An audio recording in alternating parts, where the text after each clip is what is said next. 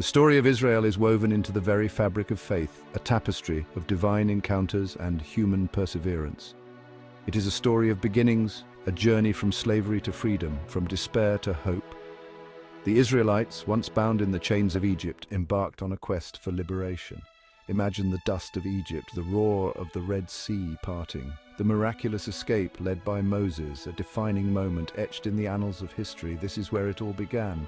A people chosen, led by prophets, bound to God by a covenant. At Mount Sinai, the laws were given, a divine blueprint for a nation. Abraham, the father of many nations, received a promise. Under the vast expanse of the night sky, he was assured that his descendants would be as numerous as the stars. His descendants would inherit a land, a blessing to the world. This promised land was not just a physical territory, but a symbol of divine favor and purpose. Centuries passed, marked by exodus and conquest, exile and return. The Israelites faced numerous challenges, yet their faith remained a guiding light. The land of Israel became a beacon, a physical manifestation of God's presence. Jerusalem, with its sacred temples, stood as a testament to their enduring faith. But this story, like all stories of faith, is not without its complexities. The path was fraught with conflicts, both internal and external, testing their resolve. It's a story of triumphs and tragedies, of unwavering faith and periods of doubt. Celebrations of victory were often followed by times of mourning and reflection. This very land, promised as a blessing, became a battleground, contested, conquered, and divided. The ruins of ancient cities stand as silent witnesses to these turbulent times. The question echoes through millennia. Has God abandoned Israel? This question reverberates through the ages, challenging the faithful to seek answers. It's a question that has haunted theologians, philosophers, and everyday believers for centuries. The search for understanding has led to deep theological and philosophical debates. It's a question that demands our attention, our respect, and our careful consideration. As we reflect on Israel's sacred history, we are reminded of the enduring power of faith and the relentless pursuit of divine truth. Central to the story of Israel is the concept of a covenant, a sacred agreement between God and Abraham. Imagine the solemnity of that moment, the weight of a promise that would echo through generations. This wasn't just a contract, it was a bond, unbreakable, eternal. Land, descendants, and blessings, these were the cornerstones of God's promise. The land of Israel, flowing with milk and honey, became a symbol of this covenant. It represented security, prosperity, and above all, God's unwavering presence. But covenants, like any relationship, have two sides. God promised blessings, but he also demanded faithfulness, obedience to his laws. The prophets, those fiery voices of conscience, reminded Israel of its obligations. Straying from the path, they warned, would have consequences. And stray they did. The pages of the Bible are filled with stories of Israel's triumphs and failures, its faithfulness and its rebellion. This cyclical pattern of sin and repentance, exile and return, raises a crucial question. Could God's promise ever truly be broken? Imagine the desolation. The once vibrant streets of Jerusalem are silent, the temple, God's dwelling place, reduced to rubble. The Babylonians had come, conquering, destroying, sending the Israelites into exile. Had God abandoned his chosen people? This period of exile was a profound test of faith. Cut off from their land, their temple, their sense of identity, many Israelites questioned God's presence. The Psalms are filled with their laments, their cries of despair, their desperate pleas for deliverance.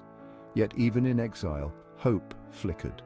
Prophets like Ezekiel and Isaiah spoke of a future restoration, a return to the land, a rebuilding of what was lost. They reminded the people that God's love, while tested, was not extinguished. And return they did. Generations later, under the Persians, the Israelites were allowed to return to their homeland. The temple was rebuilt. Jerusalem came back to life. It was a testament to resilience, to the enduring power of faith, and to the possibility of redemption. A kingdom divided, diverging paths. Time, like a river, carries us along its currents. Centuries passed, and with them, the tides of history shifted and changed.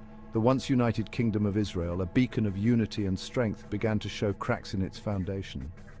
The kingdom of Israel, once united, fractured. The bonds that held the tribes together weakened, and internal divisions grew. Two kingdoms emerged, Israel in the north, Judah in the south. This division was not just political, but also spiritual, as each kingdom sought its own identity and path. Each followed its own path, its own kings, its own relationship with God. The northern kingdom, Israel, and the southern kingdom, Judah, developed distinct cultures and religious practices. The northern kingdom, under the rule of Jeroboam, strayed from the path. Jeroboam, in an attempt to solidify his rule, introduced new religious practices that diverged from the worship of Yahweh. Idolatry took root, the worship of other gods. Temples and altars to foreign deities sprang up, leading the people further away from their covenant with God. The prophets railed against this apostasy, but their warnings fell on deaf ears. Voices like Elijah and Amos cried out, urging the people to return to their faith, but their pleas were largely ignored. Conquest by the Assyrians in 722 BC brought a brutal end to the northern kingdom. The once proud kingdom of Israel was no more, its people scattered and its cities in ruins. Judah, the southern kingdom, fared somewhat better. It managed to maintain a semblance of stability and continuity, even as it faced its own challenges. While not without its own periods of backsliding, it remained anchored to the Davidic line, the lineage of King David. This connection to their storied past provided a sense of identity and purpose. The temple in Jerusalem served as a beacon of faith, a reminder of God's covenant. It stood as a symbol of hope and divine presence, drawing pilgrims and worshippers from far and wide.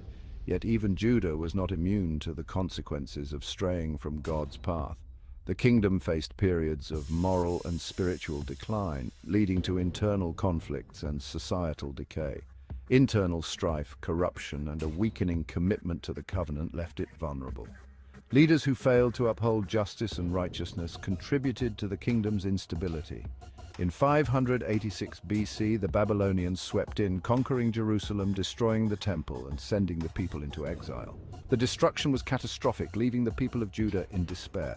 The question arose again, had God abandoned his promise? The people, now exiled and scattered, grappled with their faith and identity, seeking answers in a time of profound crisis. Modern voices, debating God's presence. In this section, we delve into the contemporary discourse surrounding the divine presence and its implications for the fate of Israel. This debate is not confined to ancient texts or historical events, but is very much alive in today's theological and philosophical discussions. The question of God's presence in the fate of Israel didn't end with the fall of ancient empires. It has persisted through the ages, evolving and adapting to the changing landscapes of human thought and civilization. It echoes through time, finding new voices, new interpretations, and new complexities in the modern world.